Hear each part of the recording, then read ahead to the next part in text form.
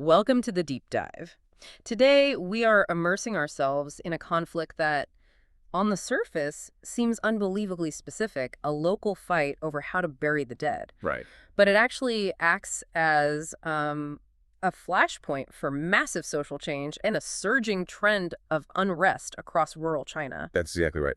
We're focusing on Guizhou province, Mm-hmm. where a seemingly bureaucratic local government mandate has forced a shift from traditional burial to mandatory cremation. And this one directive has sparked these multi-day, really intense Highly protests. symbolic ones, too. So to get to the bottom of this, we've pulled together a range of sources. We've got news excerpts, some really granular data and analysis from the China Dissent Monitor, and also, crucially, social media accounts that captured raw footage from the ground. And our mission in this deep dive is, well, it's twofold. First, we need to unpack why a simple directive about funeral styles would generate such a volatile response. A response where people are really risking their freedom. Exactly. And second, and maybe more critically, we have to look at what this tells us about the broader, documented, and rapidly accelerating trend of demonstrations we're seeing in rural China. It's about the shifting tectonic plates of dissent. Okay, so let's unpack this. Let's start by setting the scene. We're in Guizhou province. I mean, when we talk about China, we so often think of these hyper-modern cities like Shenzhen or Shanghai. Yeah, the huge urban hubs. But Guizhou is a different world. It's noticeably poorer, much more rural, and the epicenter here was a specific place called Shidong town. And what's fascinating here is that the conflict isn't about money, at least not at first. Yeah. The local authorities required that citizens transition from their ancestral burial traditions to mandatory cremation. This isn't just a logistical thing, then. No, this is a direct, fundamental conflict with deeply held cultural and spiritual identities. And our sources make it clear exactly whose identity. The local area has a very significant population of people from the Miao ethnicity. Mhm. And for the Miao, traditional burial, it's not just a preference. It's a sacred, non-negotiable duty. The deceased has to be interred in the earth. Precisely. For the Miao and, for many other traditional communities in China, burial is absolutely essential. It's seen as ensuring the ancestor's spirit stays connected to the land, that it can watch over the living. It's a mechanism for continuity. So cremation, in that context. It's not just a bureaucratic inconvenience. It's perceived as severing that generational tie. It's an attack on the family's future and the ancestor's spirit. When you put it like that, it's basically an existential threat. And that feeling, you can see it translating directly into these volatile street demonstrations. Absolutely. The China Dissent Monitor, or CDM, they collected footage showing dozens of villagers just surrounding a police car. Wow, that's the ultimate image of direct confrontation with the state. And the anger was palpable. We had these really astonishing bits of raw data from social media. Unverified footage on X, for instance, had a villager shouting this incredible line. What was it? If the Communist Party is digging up ancestors' graves, go dig up Xi Jinping's ancestral tombs first. That is an absolutely shocking thing to say out loud there. It elevates this from a policy dispute to a personal, dangerous confrontation with the highest level of power. It's an explicit challenge to the moral authority of the state itself. That kind of rhetoric is far more dangerous than just complaining about a policy. It shows that, in their eyes, the state has lost all legitimacy on this. And it wasn't a quick outburst either. No. And this is critical. Kevin Slayton, who's the research lead for CDM, he specifically noted that the fact these protests lasted for several days is highly unusual in China. It tells you this issue hit a raw, profound cultural nerve that wasn't going to just dissipate. Okay, so on one side, you have this massive cultural offense, this intense reaction. But the government must have known there'd be pushback. What was their justification for this? Well, the local government did publish a notice trying to explain their rationale. They claimed the directive was based on a 2003 law. A 2003 law. Yes, one that encourages reform in funeral practices. Their public reasoning was all about resource scarcity. Land use, right? Exactly. The official line was twofold. One, cremation is necessary to preserve valuable agricultural land. And two, it promotes what they called a frugal new funeral style. And to be fair, China is struggling with crowded cemeteries. We hear about land scarcity all the time. Yeah. And the government has been encouraging things like sea burials in cities. So land preservation is a genuine pressure. It is the genuine context, yes. Yeah. But the problem is that land preservation, however rational it seems, cannot justify violating a deeply entrenched cultural taboo.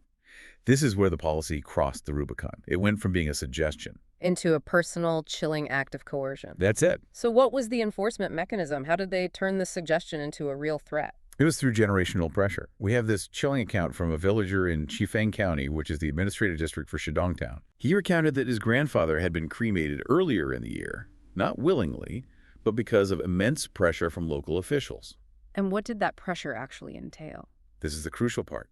The family was specifically warned that if they didn't comply, it would lead to negative consequences for 3 generations. Wow. For 3 generations. Think about the weight of that threat in that culture. It weaponizes the family legacy.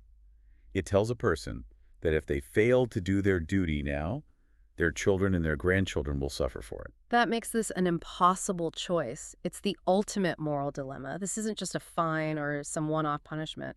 It's a threat that touches the deepest fears around family continuity. That's the tension. When you invoke consequences across 3 generations, you practically guarantee fierce resistance because you are hitting the one thing that transcends an individual's life, the family lineage. And the willingness of the state to even use that kind of language says something. It tells you just how difficult they knew enforcing this policy was going to be at the local level. And it wasn't just the people directly affected who felt this way. The sources show there was widespread public sympathy. Yeah, across the country. On Douyin, which is their big video sharing platform, supportive comments were pouring in for the protesters. One user wrote something like, "Yes, everyone, let's stand up and support traditional burial practices." That tells us the grievance is transferable.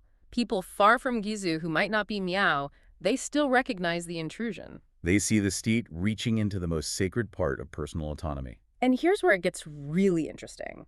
Because this local event in Guizhou, it's not an isolated incident. If we look at the data from the China Dissent Monitor, this protest is just one highly visible part of a rapidly accelerating trend of rural unrest. The scale of the increase is startling. This isn't steady growth, it's an exponential acceleration. CDM recorded 661 rural protests this year, where the data was clearly verifiable. Okay. That number alone is a staggering 70% increase compared to all of the previous year, 2024. Wait, a 70% increase compared to the entire previous year? The entire previous year. And it keeps accelerating. If we zoom in on just the third quarter of 2025, CDM logged nearly 1,400 separate incidents of unrest. Just in 3 months. Just in 3 months. That's a 45% increase on the same period in 2024. This frequency means local authorities are constantly putting out fires, which is a clear sign of increasing fragility in local governance. Those numbers, they really do paint a picture of rising instability.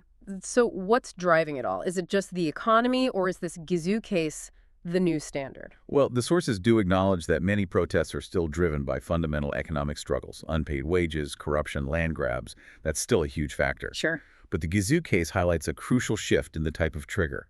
It shows that the spark doesn't always have to be economic. It can be the state's intrusion into a deeply personal matter, like ancestral rights or heritage. So the state touching their bank account, yes, but the state touching their ancestors or their children is just as volatile. That's the key. Kevin Slayton of CDM gave some great insight into the risk-reward calculation people make. I mean, why risk going up against the authorities when the punishment is so severe? What makes people step forward when they know the deck is stacked against them? He noted that protests are much more likely to be large-scale and to last longer if they involve something deeply personal and non-negotiable. So that includes a major hit to your economic livelihood, losing your life savings. Of course. But it equally includes issues dealing with heritage and ancestors. The greater the perceived injustice, the higher the willingness to accept that risk. It becomes a moral imperative. We did see another example of this, didn't we? Something personal but not economic that just exploded. We did. Back in August, there was a protest in Sichuan province. It started not over land or money, but over a school bullying incident. A school bullying incident. Yes. And that highly personal trigger spiraled into a multi-day clash involving hundreds of locals and authorities.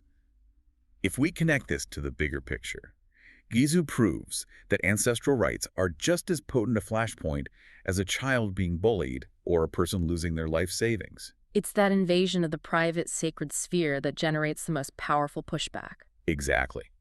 The local government mandate effectively dared the villagers to choose between state compliance and their generational duty to the dead. The protests that followed proved that when the state tries to mandate how you treat your ancestors, resistance becomes not just political, but spiritual. So what does this all mean? I think the Guizhou protests illustrate a critical flashpoint.